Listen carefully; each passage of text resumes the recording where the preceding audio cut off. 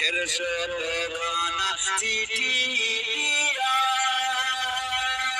তুফানকে ধোঁকা দিয়া তারাই শেষে শহীদ করে, তারাই শেষে শহীদ করে জিদের উচ্চারণ। নীল আকাশ আজ লাল হইল যেন রক্তের বরণ। 150 চিঠি দিয়া তুফানকে ধোঁকা দিয়া। এই দিকে চিঠি লিখতে থাকে, ইমাম হোসেন পেতে থাকে। বেরাদার, যেমনই মক্কা আপনার পৌঁছালছে, আবার একখানা চিঠি আপনার ইমাম হোসেনের কাছে পৌঁছে গেল। বেরাদার, দোস্ত, বন্ধুগণ, বাবাজি, আমার ভাইয়েরা, এই দিকে ইমামে হোসেন চিঠিখানা পেয়েছে। যেমন চিঠিখানা পেয়েছে গো,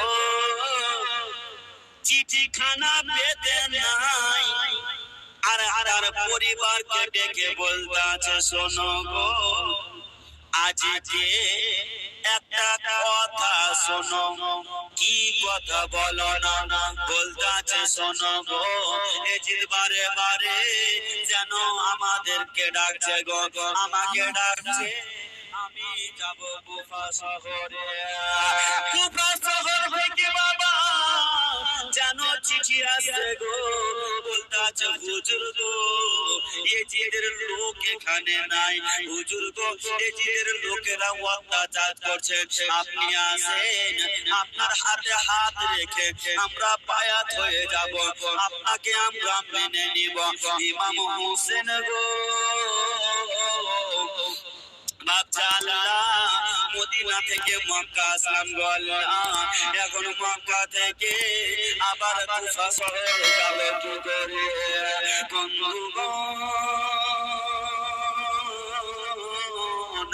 ইমাম হোসেন বসে বসে ভাবতাছে, তো আল্লাহ গো, এখন যাব তো কেমন করে যাব?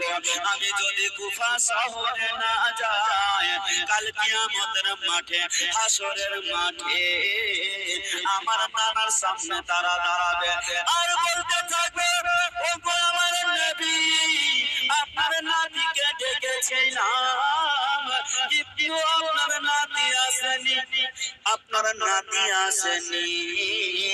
এর কারণে আমরা এজিদের হাতে হাত রেখে বায়াত হয়ে গেছে।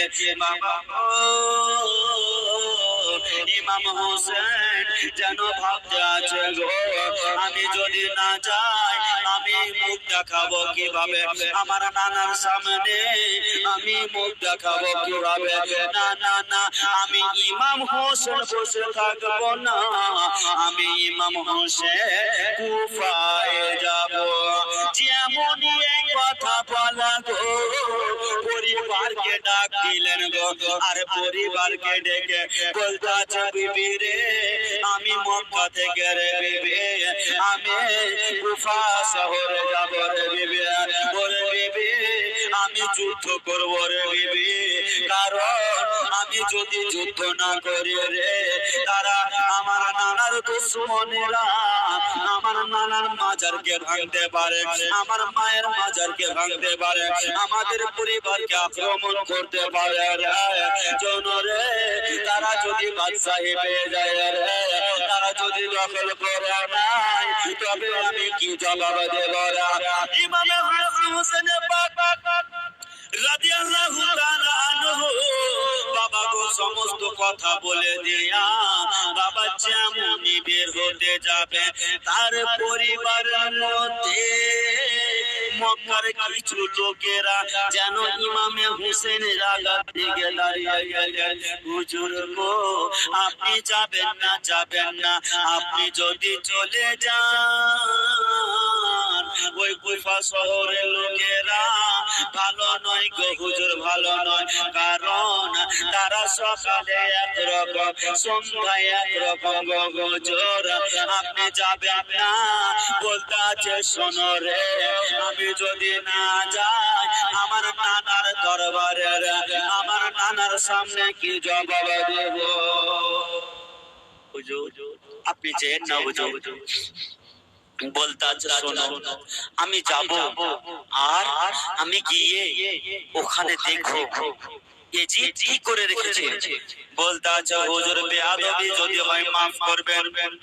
হুজুর গো, আপনি যদি গিয়ে শহীদ হয়ে যান আমরা সহ্য করতে পারবো না।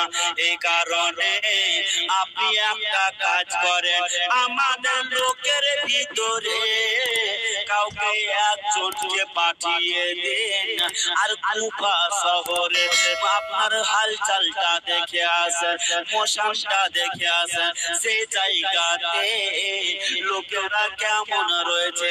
যদি খবরটা ভালো পেয়ে যান তবে আপনি যাবেন কুফা শহরে, আর যদি খবর উল্টা পাল্টা পান তবে আপনি যায়েন না। বলতে আছে কাকে পাঠাবো? বলতে আছে হুজুর গো, কেউ গিয়ে যদি একজনা যদি শহীদ হয়ে যায় তার জন্য কেউ কাঁদবে না। আপনি গিয়ে যদি শহীদ হয়ে যান তবে আপনার জন্য দুনিয়া কাঁদবে।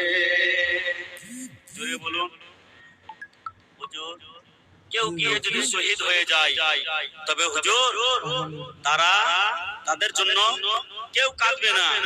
আপনি গিয়ে যদি শহীদ হয়ে যান হুজুর, আপনার জন্য দুনিয়া কাঁদবে। ইমাম হোসেন ভাবছে আল্লাহ গো, এখন পাঠাবো তো পাঠাবো কাকে? মিটিং ডাকলো বাবা গো, কথা চলছে, কেউ যেন কোনো কথা বলে না। একজন হাত উঠিয়ে বলে হুজুর আমি যাব, আর ওই কুফা শহরে গিয়ে হালচাল দেখে আসব। যদি ভালো থাকে হুজুর তবে আপনাকে আমি চিঠি দিয়া ডেকে নেব। বাবা গো কে যাবে গো? নাম তার কি? নাম তার ইতিহাসের পাতায় বাবা লেখা আছে গো। যে ব্যক্তি যাবে গো সে অন্য কেউ নয়, ইমাম হোসেনের চাচাতো ভাই, যার নাম হচ্ছে ইমামে মুসলিম। জোরে বলে হযরতে ইমামে মুসলিম বলতে আছে হুজুর আমি যাব। বলছি তুমি যাবা? বলছে হ্যাঁ আমি যাব। ঠিক আছে বেরিয়ে যাও। বলতে আছে হুজুর গো আমি এখন যাব না, এখন যাব না। কখন যাবে বলো রে? বলতে আছে হুজুর গো ওই কারবালাতে হুজুর গো কুফা শহরে লোক ভালো না, তারা কিরকির মতন রং চেঞ্জ করে। সকালে একরকম আর বৈকালে যেন একরকম হুজুর। বলতে আছে বলো রে কখন যাবে বলো বলো? বলতে আছে হুজুর গো শেষবারের মতন আমি ফজরের নামাজটা আপনার পিছনে পড়বো, আপনার পিছনে পড়ে আমি যেন বেরিয়ে যাব হুজুর। ইমাম হোসেন বলতে আছে শোনো দেরি হয়ে যেতে পারে রে, তুমি রাত্রে রাত্রে কুফা শহরে চলে যাও। রাত্রে রাত্রে কুফা শহরে চলে যাও। যেমন বাবা এই কথা বলা গো ইমামে মুসলিম যেন বলতে আছে গো ও গো হুজুর ও গো ইমামে হোসেন পাক গো শোনেন না, আমি এখন এই কারণে যাব না হুজুর গো। ওই কুফা শহরের লোকেরা বাবা মনোযোগ দিয়ে একটু শুনে যান বাবা। এইদিকে ইমামে মুসলিম ঘোড়াতে চড়েছে গো, যেমনই ঘোড়াতে চড়েছে বাবা, এইদিকে যেন বাবা ঘোড়াকে বলছে, ঘোড়া রে তাড়াতাড়ি করে চলে রে ঘোড়া, তাড়াতাড়ি করে চল ওই কুফা শহরের ভিতরে বাবা গো। কুফা শহরে যেমনই বের হতে যাবে গো, ওই ঘোড়া কে বলছে ঘোড়া আগারে, কিন্তু ঘোড়া এক পাও আগে বাড়ে না। জোরে বলে বলে ওই ঘোড়া এক পাও আগে বাড়ে না। কারণটা কি? বলতে আছে ঘোড়া রে এক পা আগে কেন বাড়াস না? ঘোড়া আল্লাহর দরবারে ফরিয়াদ করতে আছে, রব্বুল আলামিন একবার জবানটা খুলে দে, আমি ইমামে মুসলিমকে যেন বলে দেব। যেমনই এই কথা বলা গো, সঙ্গে সঙ্গে আল্লাহর হুকুম হলো, ঘোড়ার জবান খুলে গেল। আর ঘোড়া যেন বলতে আছে, ওগো আমার মালিক, আপনি বারবার তো আগে বাড়তে বলছেন, বারবার তো আগে যেতে বলছেন, একবার নিচে লক্ষ্য করে দেখো তো, তোমার দুটি সন্তান যেন পা ধরে কান্না করে।